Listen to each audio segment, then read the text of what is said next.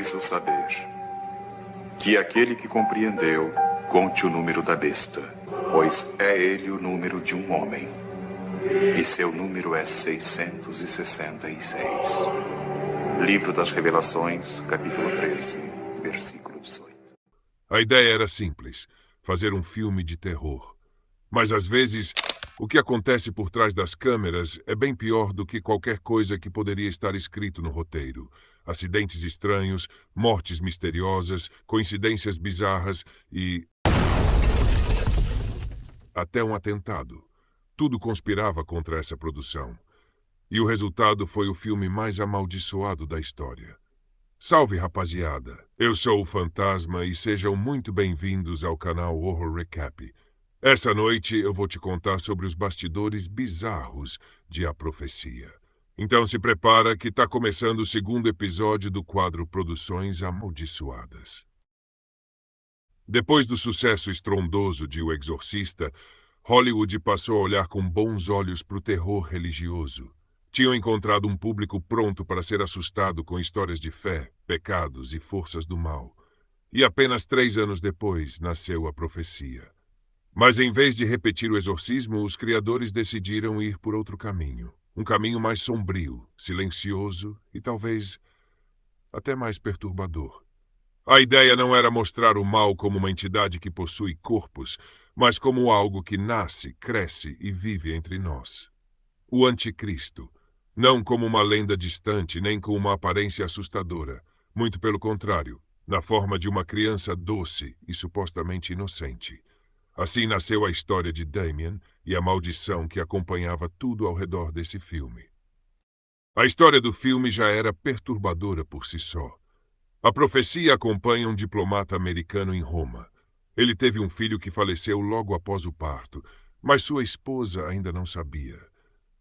Sem saber o que fazer, ele aceita a sugestão do padre, que era adotar um menino recém-nascido que perdeu a mãe.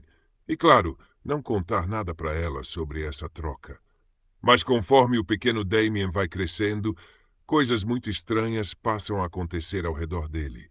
E, em certa altura, seu pai passa a acreditar que o garoto era o próprio Anticristo. Com o roteiro pronto e elenco quase pronto, só faltava uma coisa. Quem interpretaria Damien? Diversos testes foram feitos, mas nenhum ator mirim parecia tão bom. Até que o diretor Richard Donner visitou uma escola em Londres. Lá ele conheceu um garotinho bem bonito, com cabelos loiros e olhos azuis. Mas ele tinha um olhar que não dá para explicar. É quase como se estivesse escondendo alguma coisa. O garoto era Harvey Stevens. O diretor levou ele para fazer alguns testes e ficou encantado com a performance dele. Ele mandou pintarem o cabelo do menino de preto e estavam prontos para começar as filmagens.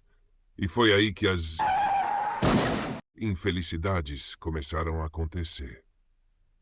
Logo de cara, o roteirista Robert Munger disse aos produtores: se fizerem esse filme, terão problemas. Se a grande arma do diabo é ser invisível, ele não vai deixar que vocês o tornem visível para milhares de pessoas. Mais tarde, ele contaria sobre essa conversa no documentário The Curse of the Omen, ou A Maldição de A Profecia. Esse comentário é interessante. Ele me lembra muito uma fala do Kevin Spacey em Os Suspeitos. The greatest trick the devil ever pulled was convincing the world he didn't exist. De qualquer forma, essa sina não demorou muito a fazer sua primeira vítima. Quis o destino que o protagonista da obra fosse o primeiro a ser atingido. Antes mesmo das filmagens começarem, logo após o ator Gregory Peck aceitar o papel como pai do Anticristo, o seu filho Jonathan Peck acabou tirando sua própria vida aos 30 anos. Ele sabia que trabalhar seria uma ótima forma de lidar com o luto e o distrair da dor.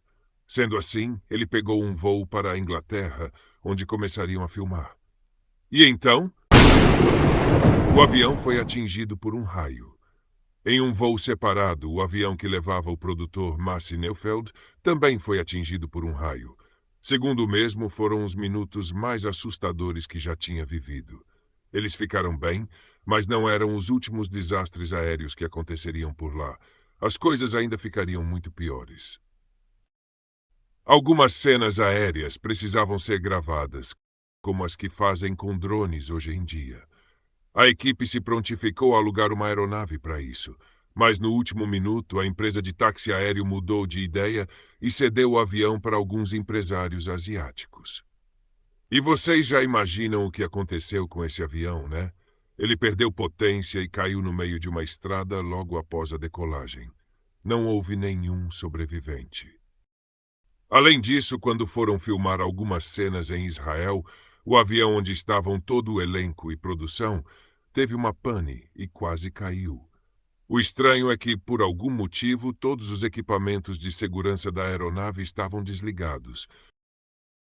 Contextualizando a situação dos países na década de 70, o Reino Unido vivia um período extremamente tenso por conta da atuação do IA, Irish Republican Army, ou Exército Republicano Irlandês. O grupo lutava pela unificação da Irlanda, querendo que a Irlanda do Norte deixasse de fazer parte do Reino Unido e se juntasse à República da Irlanda. Só que essa luta não era pacífica. O IRA ficou conhecido por uma série de atentados à bomba, assassinatos e ataques armados, principalmente contra alvos britânicos. Em 1975, ano em que A Profecia começou a ser produzida, Londres era um dos principais focos desses ataques, e justamente a cidade das gravações do filme.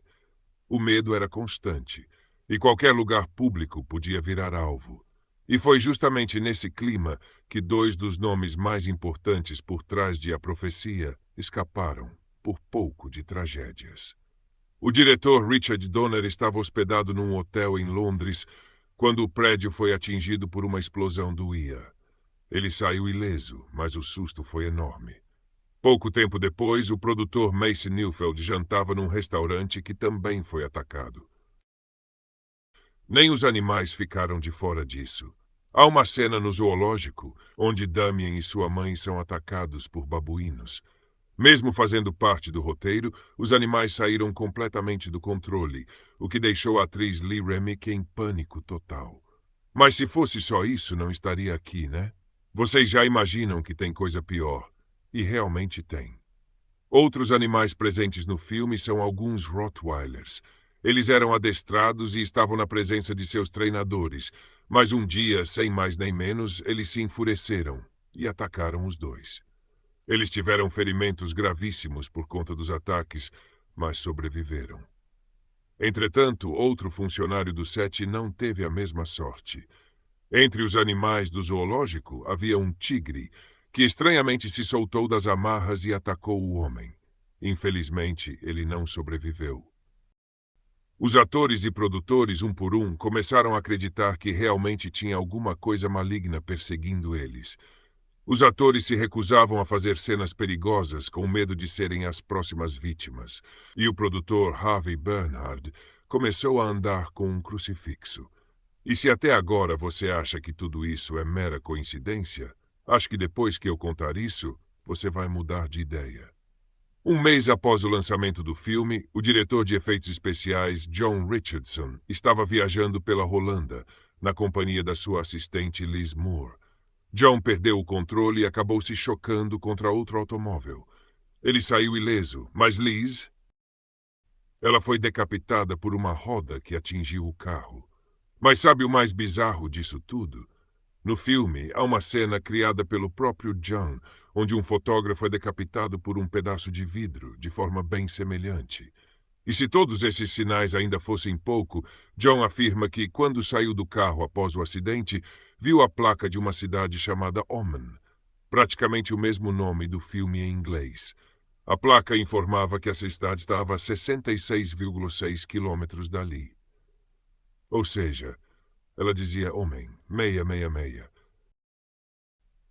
A essa altura, todos ficaram bem cientes que quando se mexe com esse assunto, as consequências não são nada boas. Mas vocês sabem como funciona Hollywood. O dinheiro sempre fala mais alto.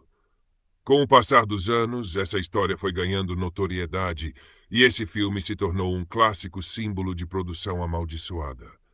Essas histórias bizarras fizeram com que o filme tivesse um hype atemporal e logo surgiu um remake. os produtores foram ousados e colocaram o filme para estrear no dia 6 de junho de 2006, ou seja, 6/6/6. E era óbvio que aconteceriam coisas bem estranhas com os envolvidos nessa produção. O diretor John Moore disse que 48 horas de gravação foram deletadas sem explicação aparente. Quando resolveram filmar com outra câmera, ela apresentou um erro, código 666. Não existe em nenhum manual um erro com esse número.